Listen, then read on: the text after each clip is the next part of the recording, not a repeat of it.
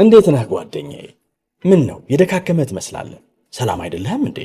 ምን እባክህ፣ ዛሬ ግብር ለመክፈል ገቢዎች ሄጄ ስንት ሰዓት ተሰልፌ ተራ ሳይደርሰኝ ለነገ ተብሎ ይኸው ተመልሼ መጣሁ። ይሄማ ቀላል ነው። መፍትሄው እኮ ተገኝቷል። ምን አይነት መፍትሄ? ይኸውልህ ብርሃን ባንክ ብርሃን ኢታክስ የተሰኘ አገልግሎት ጀምሯል።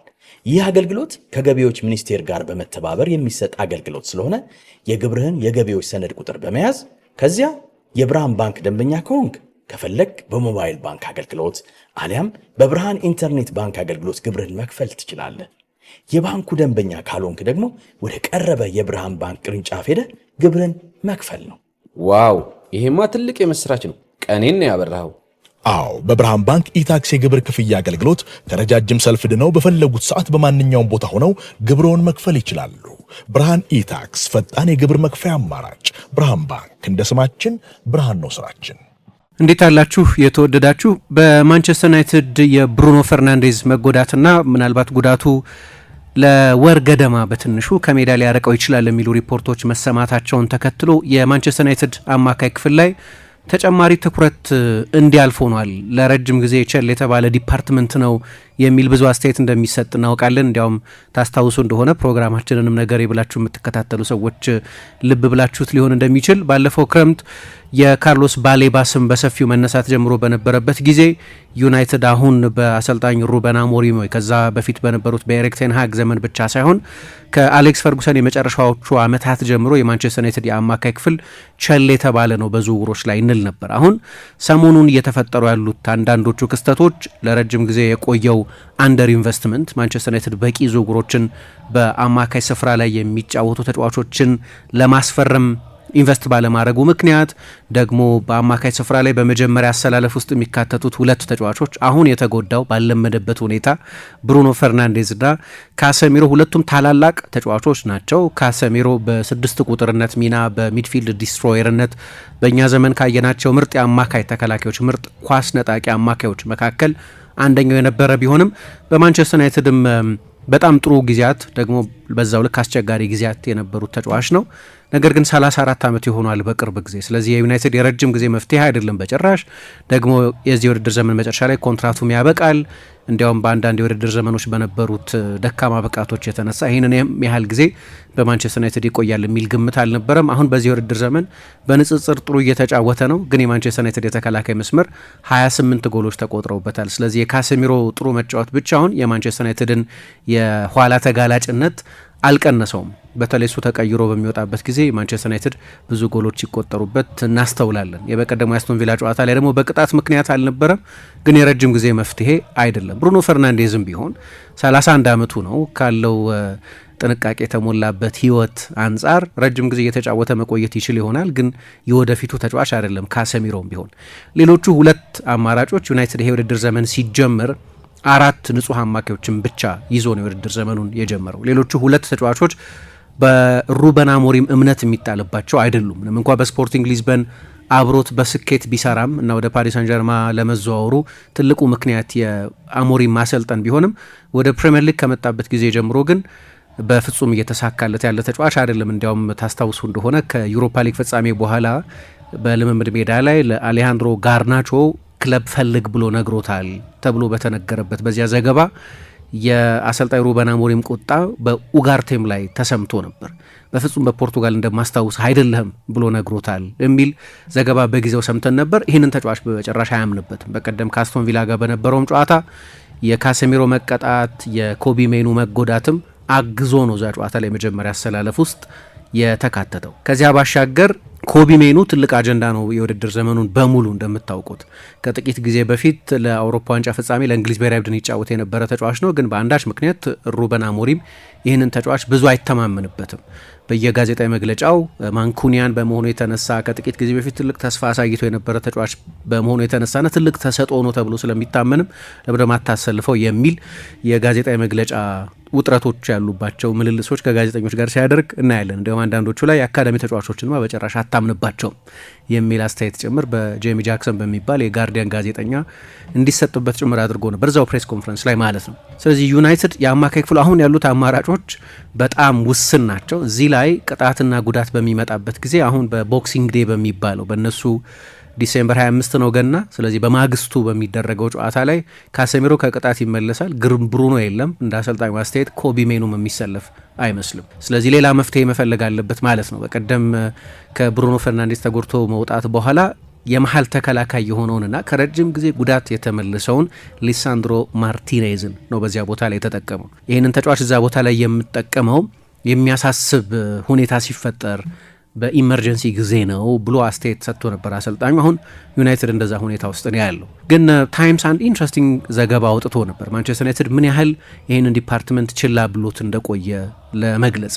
የ10 ዓመት ሳምፕል ነው የወሰደው። ባለፈው 10 ዓመት ከጃንዋሪ 2016 ጀምሮ አሁን 2026 ልንገባ ነው። ማንቸስተር ዩናይትድ ለአማካይ ተጫዋቾች ያወጣው ገንዘብ ከሌሎቹ ጋር ሲነጻጸር አነስተኛ የሚባል ነው። ቼልሲ ነው ብዙ ገንዘብ ለአማካይ ስፍራ ተጫዋቾች ያወጣው 694 ሚሊዮን ፓውንድ ለ19 አማካዮች። አርሰናል 522 ሚሊዮን ፓውንድ ለ13 አማካይ ተጫዋቾች። አሁን ሁለቱም ቡድኖች ከ100 ሚሊዮን ፓውንድ በላይ የሚሆን ኢንቨስትመንት ለአማካዮች አውጥተዋል። ለአንድ አማካይ ቼልሲ ለሞይሰስ ካይሴዶ፣ አርሰናል ለዴክላን ራይስ አይነት ተጫዋቾች። ግን እንደ ማርቲን ዙቢሜንዲ፣ ቶማስ ፓርቴ አይነት ሌሎች ብዙ ገንዘብ የተከፈለባቸው ተጫዋቾችም እንዲሁ አርሰናል ውስጥ ነበሩ። ሊቨርፑል 12 አማካዮችን ባለፈው 10 ዓመት አስፈርመዋል። ይሄ ገንዘብ የወጣባቸውን አማካዮች የሚመለከት ነው። ምሳሌ በውሰት በነፃ የመጡ አማካዮችን አይመለከትም። ሊቨርፑል ለ12ቱ ተከላካዮች 552 ሚሊዮን ፓውንድ ከፍሏል። ማንቸስተር ሲቲ ለ16 አማካዮች 404 ሚሊዮን ፓውንድ ከፍሏል። አሁን በሊቨርፑልና በማንቸስተር ሲቲ የስኬት ታሪክ ውስጥ ባለፈው 10 ዓመት በዚህ የጊዜ ማዕቀፍ በክሎፕና በጓርዲዮላ ዘመን ማለት ነው ጓርዲዮላ እንደ ሮድሪ አይነት በኋላ የባሎንዶር ያሸነፈ በጣም አስደናቂ አማካይን አስፈርሟል። ከሌሎቹ አማካዮች በተጨማሪ ኢልካይ ጉንዶዋንን አይነት ፍጹም ሌላ አስደናቂ አማካይ አምጥቷል። ቤርናርዶ ሲልቫ አይነት ተጫዋቾችንም አስፈርሟል። ሊቨርፑል በዚያው ተመሳሳይ ጊዜ እንደ ፋቢኞ አይነት አስደናቂ ተጫዋቾችን እንደ ጂኒ ቫይናልደም አይነት ለአሰልጣኙ ታክቲካዊ አቀራረብ አስፈላጊ የሆኑ ተጫዋቾችን አስፈርሟል። ማንቸስተር ዩናይትድ በኢንቨስትመንትም ግን በቁጥርም በጣም አነስተኛ ነው። ግን ፖል ፖግባን አስፈርሟል፣ ፍሬድን አስፈርሟል፣ ማቲችን አምጥቷል። እንደዚህ ግን የሚገርም ነው። በ10 ዓመት ውስጥ ማንቸስተር ዩናይትድ በዝውውር ገንዘብ ከፍሎ ያመጣቸው ተጫዋቾች 7 ብቻ ናቸው። አንድ በቁጥር ሁሉም ቡድኖች ቢያንስ 12 አማካዮችን በተመሳሳይ ጊዜ አስፈርመዋል። ዩናይትድ 7 ብቻ አማካዮችን ያስፈረመው። በወጣባቸው ገንዘብም ከሁሉም አሁን ከጠቀስኳቸው ሌሎቹ 5 ትልልቅ ቡድኖች ከዩናይትድ ጋር 5 ይሆናሉ። አነስተኛውን ገንዘብ ያወጣው ማንቸስተር ዩናይትድ ነው፣ 385 ሚሊዮን ፓውንድ። በዚህኛው ባለፈው የተጫዋቾች የዝውውር ጊዜም 230 ሚሊዮን ፓውንድ አውጥቷል ማንቸስተር ዩናይትድ ለተጫዋቾች ዝውውር። አብዛኞቹ ገንዘብ የወጣባቸው ተጫዋቾች የማጥቃት ተጫዋቾች ናቸው። ቤንያሚን ሼሽኮ፣ ማቲዩስ ኩኛ እና ብራያን ምቤሞ። ከዚያ ግብ ጠባቂ አምጥተዋል ሴነ ሎመንስ።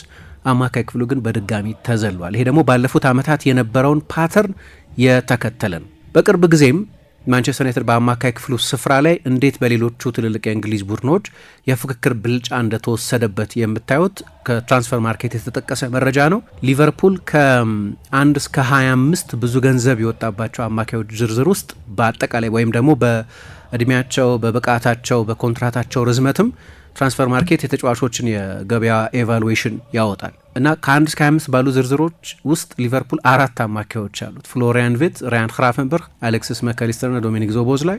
አርሰናልም 4 ተጫዋቾች አሉት፣ ራይስ፣ ዙቢሜንዲ፣ ኦደጋርድ ና ኤዜ።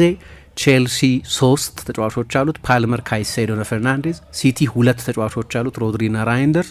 ኒውካስል 2 ተጫዋቾች አሉት፣ ጊማራይስ ና ቶናሊ። አስቶን ቪላ 1 ተጫዋች አለው፣ ሮጀርስ። ማንቸስተር ዩናይትድ አንድም ተጫዋች የለውም ከ1 እስከ 25 ባሉት ዝርዝሮች ውስጥ ማለት ነው። ብዙ ገንዘብ ያወጣሉ በሚል ራንክ የተደረጉት የማንቸስተር ዩናይትድ ተጫዋቾች ኮቢ ሜኑ ና ብሩኖ ፈርናንዴዝ 56ኛ ና 65ኛ ናቸው። ኮቢ ሜኑ በቅርብ ጊዜ እየተሰለፈ ባለመሆኑ የተነሳ የገበያ ዋጋው እየወረደ መጥቷል። ብሩኖ ፈርናንዴዝ ደግሞ 65ኛ ስፍራ የተቀመጠው በብቃቱ ሳይሆን በእድሜው ምክንያት ነው። አሁን 100 ሚሊዮን አታወጡም ለብሩኖ ፈርናንዴዝ ሳውዲ ክለቦች ካልሆናችሁ በስተቀር። ዩናይትድ በአጠቃላይ ባለፈው 10 ዓመት 16 የማጥቃት ተጫዋቾችን ገዝቷል። በዚህ ክረምት የፈረሙትን ጨምሮ ዚርክዜ፣ ሆይሉንድ፣ አንቶኒ፣ ሳንቾ፣ ሮናልዶን መልሶ ሲያመጣ አማድ፣ ፔሊስትሪ፣ ሉካኩ እያላችሁ ወደኋላ 10 ዓመት ብትሄዱ 719 ሚሊዮን ፓውንድ አውጥቷል። 15 ተከላካዮች አምጥቷል። ዮሮ፣ ደሊት፣ ማርቲኔዝ፣ ቫራን፣ መጓየር የዓለም ውዱ ተከላካይ ሆኖ ዋን ቢሳካ 50 ሚሊዮን ፓውንድ የወጣበት ተጫዋች ሆኖ ከ15ቱ መካከል ናቸው። እነዚህ 7 አማካዮች ብቻ ቅድም በጠቀስኩት 385 ሚሊዮን ፓውንድ ኡጋርቴ ማውንትን ጨምረን ካሰሚሮ፣ ቫንደቢክ፣ ፍሬድ ማቲች እና ፖግባን ብቻ ነው ያስፈረመው። የፈርናንዴዝ አለመኖርን ተከትሎ ብሩኖን መተካት ሁልጊዜም በጣም አስቸጋሪ ነው። በጣም አስደናቂ ተጫዋች ስለሆነ ለማንቸስተር ዩናይትድ ሁለመናዊ ጥቅም የሚሰጥ ተጫዋች ስለሆነ ዋናው የቡድኑ ክሬቲቭ ተጫዋች ነው። አንደኛ የእሱን ያህል በፕሪሚየር ሊግ ብዙ የጎል ዕድል የፈጠረ ተጫዋች የለም። በዚህ ውድድር ዘመንም በክፍት ጨዋታም በቆሙ ኳሶችም የእሱን ያህል በርካታ የጎል ዕድሎችን የፈጠረ ተጫዋች የለም። ባለፉት ዓመታት ወደ ዩናይትድ ከመጣበት ጊዜ ጀምሮ ከኬቨን ደብሮይነ እና ከሞሐመድ ሳላህ ቀጥሎ ብዙ አሲስት ያደረገው ተጫዋች እሱ ነው። በእነዚህ ዓመታት በማንቸስተር ዩናይትድ ከተጫወቱ ተጫዋቾች ሁሉ ብዙ ጎሎች ያስቆጠረው ተጫዋች እሱ ነው። 93 ጎሎች ያስቆጠረው ተጫዋች እሱ ስለሆነ የቡድኑ አምበል ነው። ደግሞ አቬይላቢሊቲው በጣም አስደናቂ ነው። በቀደም ከአንድ የፖርቱጋል ብዙሃን መገናኛ ጋር በነበረው ቃለ ምልልስ ላይ ሲናገር አንድ የጠቀሰው ነገር ሁሌ ያለሁ ሜዳ ውስጥ ማንቸስተር ዩናይትድ በፈለገኝ ጊዜ ሁሉ የሚል ደግሞ አስተያየት ሰጥቶ ነበር። እውነት ነው። እንዲያውም አንድ ሪቻርድ ጆሊ የሚባል ኢንዲፔንደንት ጸሐፊ የተለያዩ ቁጥሮች አይቻሉ፣ ግን በጉዳት ምክንያት 2 ጨዋታ ብቻ ነው ያለፈው እስካሁን ድረስ ይላል በማንቸስተር ዩናይትድ ተጫዋችነት።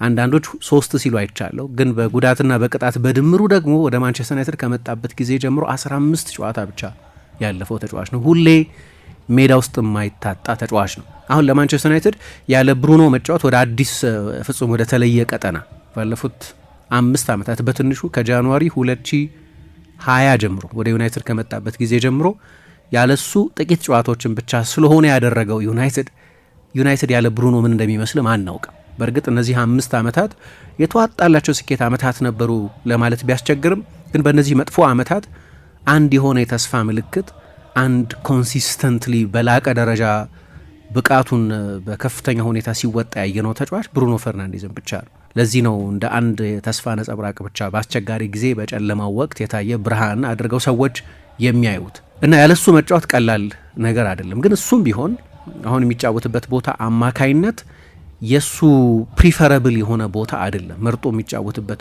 ቦታ አይደለም። ብሩኖ የበለጠ የ10 ቁጥር ወይም የአድቫንስድ 8 ቁጥር ተጫዋች ቦታ ነው እና ሪቻርድ ጆሊ ምን ይላል? በቀደም በዛ በአስቶን ቪላ ጨዋታ ላይ ከብሩኖ መጎዳት በኋላ የማንቸስተር ዩናይትድ አማካይ ስፍራ በተለይ በመጨረሻዎቹ 15 ደቂቃዎች የመሀል ተከላካይ በሆነው በሊሳንድሮ ማርቲኔዝ እና በ18 ዓመቱ ጃክ ፍሌቸር በዳረን ፍሌቸር ልጅ ነበር የተዋቀረው።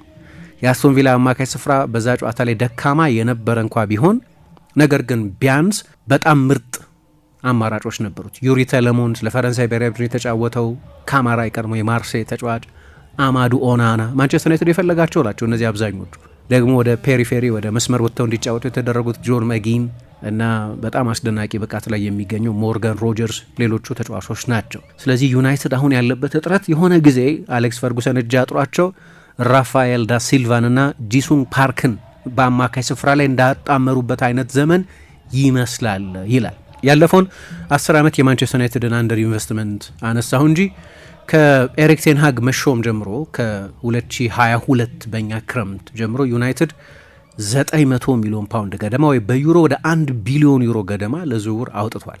ያኔም ቢሆን በአብዛኛው ለተከላካዮችና ለማጥቃት ተጫዋቾች የተከፈለ ነው። በዚህ ጊዜ ውስጥ ማንቸስተር ዩናይትድ ለ2 አማካዮች ብቻ ነው ገንዘብ ኢንቨስት ያደረገው፣ ለማኑኤል ኡጋርቴና ለካሰሚሮ ብቻ። ከዚያ በስተቀር አንዳንዶቹም በነፃ ነው ያመጣው ክርስቲያን ኤሪክሰንን፣ አንዳንዶቹም በውሰት ነው ያመጣው ማርሴል ሳቤትሰርን። እዛ ቦታ ላይ ገንዘብ አላወጣም። አሁን ለዚህ ነው ዩናይትድ ቀጥሎ ብዙ ገንዘብ ኢንቨስት እንዲያደርግ የሚጠበቅበት ዲፓርትመንት የአማካይ ስፍራ የሆነው እና ብዙ ስሞች እንሰማለን። ባለፈው ካርሎስ ባሌባ ነበር ትልቅ አጀንዳ የነበረው። ደግሞ በቅርብ ጊዜ አዳም ዋርተንን ስም እንሰማ ነበር። ኤሊየት አንደርሰን ይባላል። እንደ ጊዜያዊ መፍትሄ ደግሞ ከፖርቱጋል አሁን በሳውዲ አረቢያ የተጫወተ ካለው ፖርቱጋል ላይ ከሩበን ኔቬሽ ጋር ስማቸውን የሚያነሳሱታሉ። አንጀሎ ስቲለር የሚሉ ዘገቦችም እንሰማ ነበር ባለፈው ክረምት ከስቱትጋርት ይህንን ጀርመናዊ ተጫዋች ሊያመጡት ይችላሉ በሚል። አማካይ ክፍሉ በጣም ሜጀር ሰርጀሪ ነው የሚፈልገው፣ ማይነር ሰርጀሪ ሳይሆን ሜጀር ሰርጀሪ ነው የሚፈልገው፣ ትልቅ ቀዶ ሕክምና የሚፈልግ። አሁን ደግሞ በተለይ የተጫዋቾቹ እንደዚህ መጎዳትን ተከትሎ ዩናይትድ የበለጠ አግሬሲቭ ሆኖ ወደ ገበያው መግባት አለበት ማለት ነው እና ቅድም በጠቀስኩት የታይምስ አንድ ዘገባ ላይ አንዳንድ በጣም የሚገርሙ ፋክቶች አይቻለሁ። ጆናታን ኖርዝ ክሮፍት የሚባል የታይምስ ቺፍ ኮረስፖንደንት ነው፣ የእግር ኳስ ኮረስፖንደንት ነው፣ ዋና ዘጋቢ ነው። እነሱ እንዳለው በትልልቆቹ ቡድኖችና በሌሎቹ ትልልቅ ቡድኖች ነው ማንቸስተር ዩናይትድ መካከል ያለው አንደኛው በጣም ትልቅ ልዩነት በአማካይ ስፍራ ያለ ልዩነት ነው። የቦል ሪቴንሽንን ጉዳይ ያነሳል። ጨዋታ የመቆጣጠርን ቴምፖ የመቆጣጠርን ጉዳይ ያነሳል። ዛሬ ከ1 እስከ 3 የተቀመጡት ቡድኖች የሊጉ መሪ አሁን አርሰናል፣ ቀጥሎ ያለው ማንቸስተር ሲቲ፣ ከዚያ በኋላ ያለው አስቶን ቪላ በፕሪሚየር ሊግ አነስተኛውን ረጃጅም ኳስ የተጠቀሙት ቡድኖች ናቸው። የበለጠ በመሬት ኳስ የሚቆጣጠሩ በአማካይ ክፍል ጨዋታ የሚቆጣጠሩ ቡድኖች ናቸው። ረጃጅም ኳሶችን በመጠቀም አንደኛና ሁለተኛ የሆኑት ሁለት ቡድኖች በርንሌና ወልቭስ ደግሞ የመጨረሻዎቹ ሁለት ቡድኖች ናቸው። 19ኛና 20ኛ ስፍራ ላይ የተቀመጡ ቡድኖች ናቸው። ከ1 እስከ 5 ብዙ የተሳካ የኳስ ቅብብል ስኬት ያላቸው ቡድኖች አርሰናል፣ ሲቲ፣ ቪላ፣ ቼልሲ እና ሊቨርፑል ናቸው። እነዚህ ላይ የተቀመጡት ቡድኖች ናቸው እና ነገሩ ረጅም ጊዜ የቆየ መሆኑን የምታውቁት ቅድም የጠቀስኳቸው ቁጥሮች አሉ። ምንም ጥያቄ የለውም። ብዙ ገንዘብ የተከፈለባቸው አማካዮች ግን ከአሌክስ ፈርጉሰን ዘመን ጀምሮ የነበረ ነው የሚባለው። እንዲያውም ይሄ ጸሐፊ ምን ይላል? ከሮይኪን መልቀቅ ጀምሮ የነበረ ያልተሞላ ቀዳዳ ነው ይላል። ማንቸስተር ዩናይትድ ረጅም ጊዜ ቸል ያለው ዲፓርትመንት መሆኑን ለመግለጽ ማለት ነው። ለምሳሌ ከ2006 እስከ 2011 ባለው ጊዜ ማንቸስተር ዩናይትድ ለሁለት ተጫዋቾች ብቻ ነው ጫን ያለ ገንዘብ የከፈለው፣ ለኦዌን ሃርግሬቭዝ እና ለዳረን ፍሌቸርን ወደ ዋናው ቡድን ፕሮሚነንት ሚና እንዲኖረው በማድረግ ማለት ነው። አጋጣሚዎች ነበሯቸው አማካዮችን ለማስፈረም። ለምሳሌ ሪዮ ፈርዲናንድ አንድ ታሪክ ይናገራል። 2012 ላይ ቶተናም ከማንቸስተር ዩናይትድ ከመጫወታቸው በፊት ወደ ሜዳ ውስጥ በሚወስደው ተነል ውስጥ ያልፉ በነበረበት ጊዜ ወደ ማንቸስተር ዩናይትድ መምጣት ትፈልግ ይሆን ብሎ ሲጠይቀው አዎ የመጀመሪያው ለማንቸስተር ዩናይትድ የተጫወተ ክሮኤሻዊ መሆን ፈልጋለሁ ብሎ ነግሮኝ ነበር ይላል። ዩናይትድ በዛ ተመሳሳይ ክረምት ሺንጂ ካጋዋን ነበር ያስፈረመው። ለነገሩ ሺንጂ ካጋዋን ማስፈረም መጥፎ ውሳኔ አልነበረም፣ እንደዚሁ በግርድፍ ከላይ ስታዩት። ምክንያቱም በዛ ጊዜ ሺንጂ ካጋዋ በዚያ የውድድር ዘመን ከክሎፕ ቦሩሲያ ዶርትሙንድ ጋር የቡንደስሊጋ ሻምፒዮን የነበረ ተጫዋች ነው።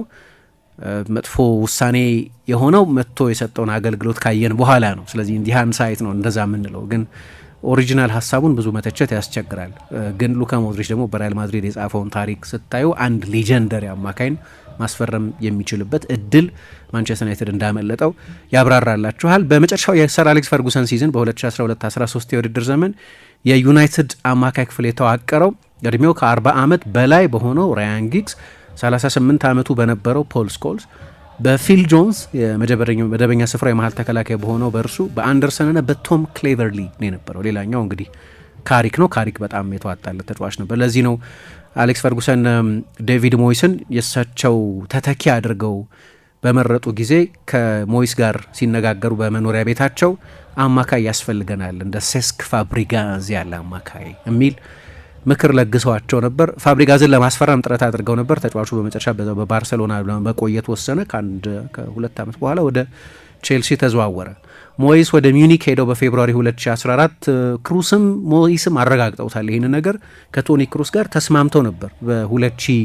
በ2015 ሳመር ላይ በእኛ ክረምት ተጫዋቹን ወደ ማንቸስተር ዩናይትድ ለማምጣት ግን 7 ወር እንደቆዩ ከኃላፊነታቸው ተሰናበቱ። ዩናይትድ በተመሳሳይ ጊዜ በዛ 10 ዓመት ውስጥ ጁድ ቤሊንጋምን ከበርሚንጋም፣ ዴክለር ራይስን ከዌስትሃም፣ ኢልካይ ጉንዶዋንን ከዶርትሙንድ፣ ፋቢኞን ከሞናኮ፣ ቲያጎ አልካንታራን ከባርሰሎና፣ ኤድዋርዶ ካማቪንጋን ከሬን ለማምጣት ጥረት አድርጎ ያውቃል። አንዳንዶቹ ትልልቅ ክለቦች ለምሳሌ በ2015 ሰመር ሞይስ ከተሰናበቱ ቫንሃል ከተሾሙ በኋላ ሌስተር በእርግጥ ግኝት ነው እንዲህ አይነት ትራንስፎርሜሽናል ተጫዋች ይሆናል የሚል ግምት በብዙ ሰው ዘንድ አልነበርም። ግን እንጎሎ ካንቴን አስፈረመና ከፕሪሚየር ሊግ ምርጥ የአማካይ ስፍራ ተጫዋቾች አንዱ ሆኖ በታሪክ የሚታወስ አይነት ነው። በኋላ በቼልሲ እጅግ የተሳካ ጊዜ ነበረው። ሲቲ በዛው ተመሳሳይ ክረምት ኬቨን ደ ብሮይነን ያመጣው። ይሄም ከሲቲ የምንጊዜም ታላላቅ ተጫዋቾች መካከል በብዙዎች እምነት የምንጊዜም ታላቁ ተጫዋች አስፈረመ በሲቲ ታሪክ። ዩናይትድ ባስቲያን ሽቫንስታይገርን እና ሞርጋን ሽናይደርሊንን ነበር ያመጣው። በ2023 ይሄው የታይምስ ዘገባ እንደሚለው የስድስት ቁጥሮች የወጣት 6 ቁጥሮች የዝውውር ጊዜ ነው ይባላል። ሁሉም ትልልቅ ቡድኖች ቢያንስ አንድ ሁነኛ የአማካይ ስፍራ ተጫዋች አስፈርመዋል። አርሰናል ራይስን ገዝቷል። ቼልሲ ሞይሰስ ካይሴዶን አስፈርመዋል። ሮሜዮ ላቪያንም ጨምሯል። ሪያል ማድሪድ ቤሊንጋምን ገዝቷል። ሊቨርፑል 4 አማካዮችን ነው በዚያ ክረምት ያስፈረመው። ራያን ክራፈንበርግን፣ አሌክሲስ መካሊስተርን፣ ዶሚኒክ ዞቦዝላይን፣ ጨምሮ ዋተር ወይ እንደውም በዚያው ክረምት ዩናይትድ የበለጠ አማካይ ልንለው እንችላለን፣ ግን የበለጠ ወደፊት ተጠግቶ የሚጫወተው ሜሰን ማውንትን ያመጣው። ይኸው ጸሐፊ ምን ይላል? ከ2 ዓመት በፊት አንድ ዘገባ ሰርቼ ነበር ይላል። ማንቸስተር ዩናይትድ የነገዎቹን ተጫዋቾች ነው ማስፈረም ያለበት። እንደ ቤንፊካው ዡዋው ኔቬስ እና እንደ ሪያል ሶሲዳዱ ማርቲን ዙቢሜንዲ አይነት ተጫዋቾችን ስኮት ማክቶሚናይን አዲስ ኮንትራት ሰጥቶ በክለቡ ማቆየት አለበት የሚል አስተያየት ነበረኝ። ዩናይትድ ማክቶሚናይን ሸጠ። አሁን የባሎንዶር የመጨረሻዎቹ 30 ተጫዋቾች ዝርዝር ውስጥ ነበር። አምና የሴሪያ ኮከብ ተጫዋች ነበር። ከአውሮፓ ምርጥ አማካዮች አንዱ የሚባል ነው። ስለዚህ ዩናይትድ በደንብ ዩቲላይዝ አላደረገውም እንደማለት ይሆናል። ማርቲን ዙቢሜንዲ አርሰናል ቁልፍ ተጫዋች ነው።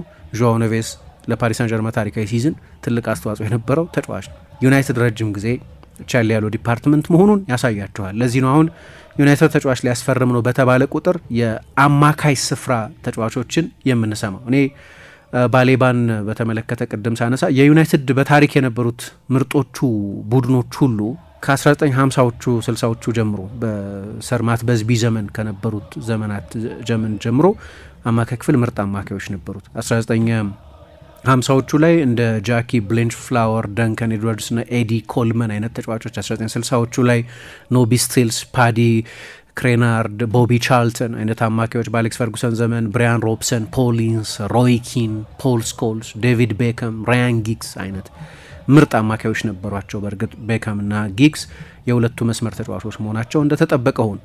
ነገሩ መለወጥ የጀመረው ከ2005 ቴክኦቨር በኋላ ነው ይባላል። ማንቸስተር ዩናይትድ በድንገት ባለ ዕዳ ሆነ እና የአሌክስ ፈርጉሰን ምርጦቹ ቡድኖች ሁሉ ከዚያ በኋላ በበለጠ ትራንዚሽን ድንገት የአማካይ ክፍሉን ትሬስፓስ የሚያደርግ እና ቶሎ ወደ ማጥቃት የሚሸጋገር እንጂ ሌሎቹ ቡድኖች እንዳላቸው አይነት የሚድፊልድ ኮንትሮል የነበረው አይደለም። ለምሳሌ በነዛ ትልልቆቹ የቻምፒየንስ ሊግ ጨዋታዎች በ2009 ና በ2011 በነበሩት የቻምፒየንስ ሊግ የፍጻሜ ጨዋታዎች ለምሳሌ በባርሴሎና ከፍተኛ ብልጫ የተወሰደባቸው አማካይ ስፍራ ላይ ነው። በእርግጥ ያ የባርሴሎና በጣም አስደናቂ ትውልድ የትኛውንም የአማካይ ክፍል ዶሚኔት ማድረግ የሚችል ነው። የቡስኬትስ፣ የኢኒየስታ፣ የቻቪ አማካይ ክፍል ማለት ነው። ግን ዩናይትድ ኦዌን ሃርግሬቭዝን ካስፈረመበት ከ2007 ጀምሮ ይሄው ተጫዋች ጫማ እስከሰቀለበት ከ2013 ባለው ጊዜ በእርግጥ ወደ ሲቲ ሄዶ ነው ጫማ የሰቀለው። በዚያ ጊዜ ውስጥ አማካይ ተብሎ የሚጠቀስ አንድ ተጫዋች ብቻ ነው ያስፈረመው። እሱንም የምታስታውሱት አይመስለኝም።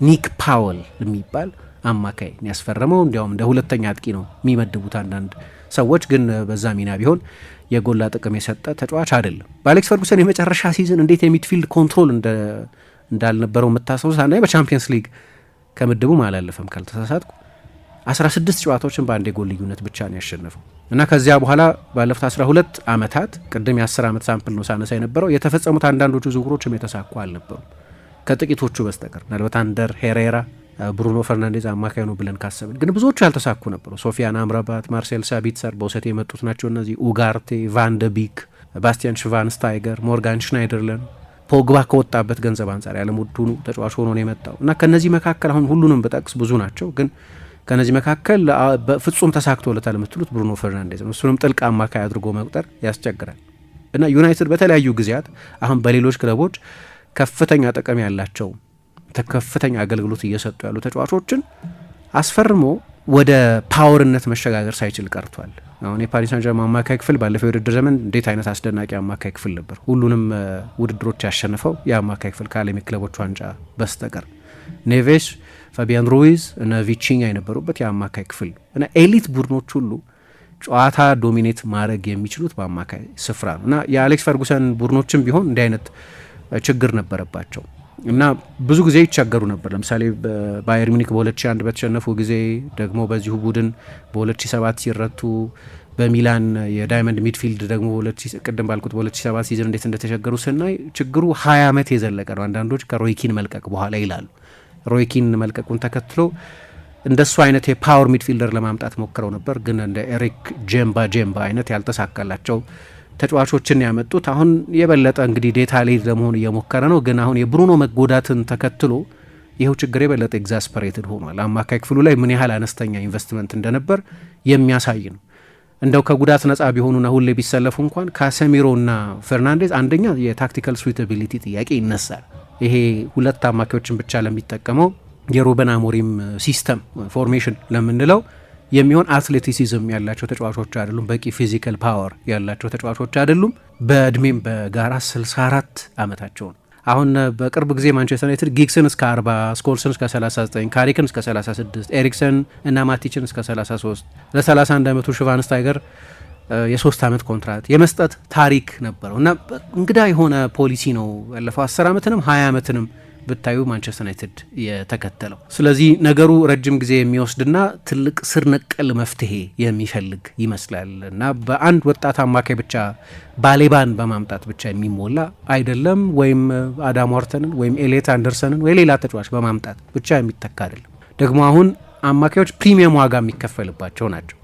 አሁን ውዶቹን ተጫዋቾች ብታዩ በብሪታንያ ከአማካዮች በጣም ውዱ ፍሎሪያን ቪርትዝ ነው። አማካይ ካል ነው እሱን እንኳ እንደ ሰከንደሪ አጥቂ እንደ በጣም አድቫንስድ 10 ቁጥር መውሰድ የሚገባ ይመስለኛል። ግን ትራንስፈር ማርኬት አማካይ ብሎ ስለሚያስቀምጠው ከዛ ካይሴዶን ከዛ ራይስን ታገኛላችሁ። እነዚህ ሁሉ ከ100 ሚሊዮን በላይ የወጣባቸው ተጫዋቾች ናቸው። ጃክ ግሪሊሽም እንደዚሁ ከ100 ሚሊዮን ፓውንድ በላይ የወጣበት ሌላ ተጫዋች ነው። ስለዚህ ለአማካዮች ብዙ ገንዘብ ኢንቨስት የመደረጉ ነገር የተለመደ ሆኗል። ዩናይትድ አሁን እንግዲህ ብሩኖን ሲያጣ ኮቢ ሜይኑም ሰሞኑን የለም።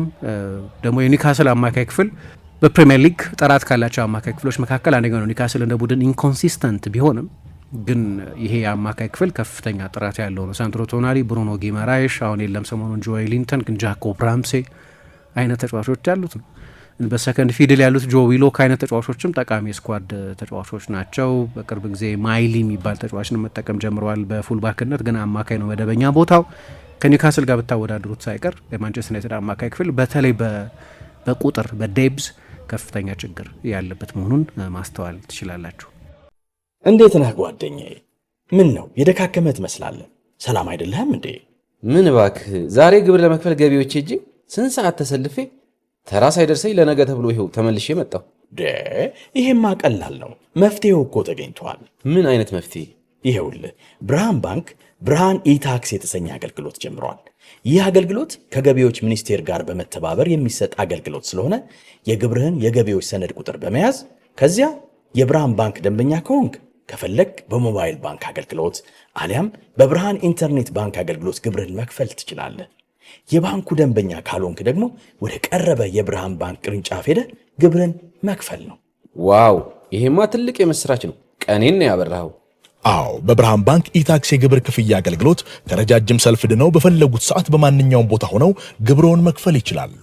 ብርሃን ኢታክስ ፈጣን የግብር መክፈያ አማራጭ። ብርሃን ባንክ እንደ ስማችን ብርሃን ነው ስራችን።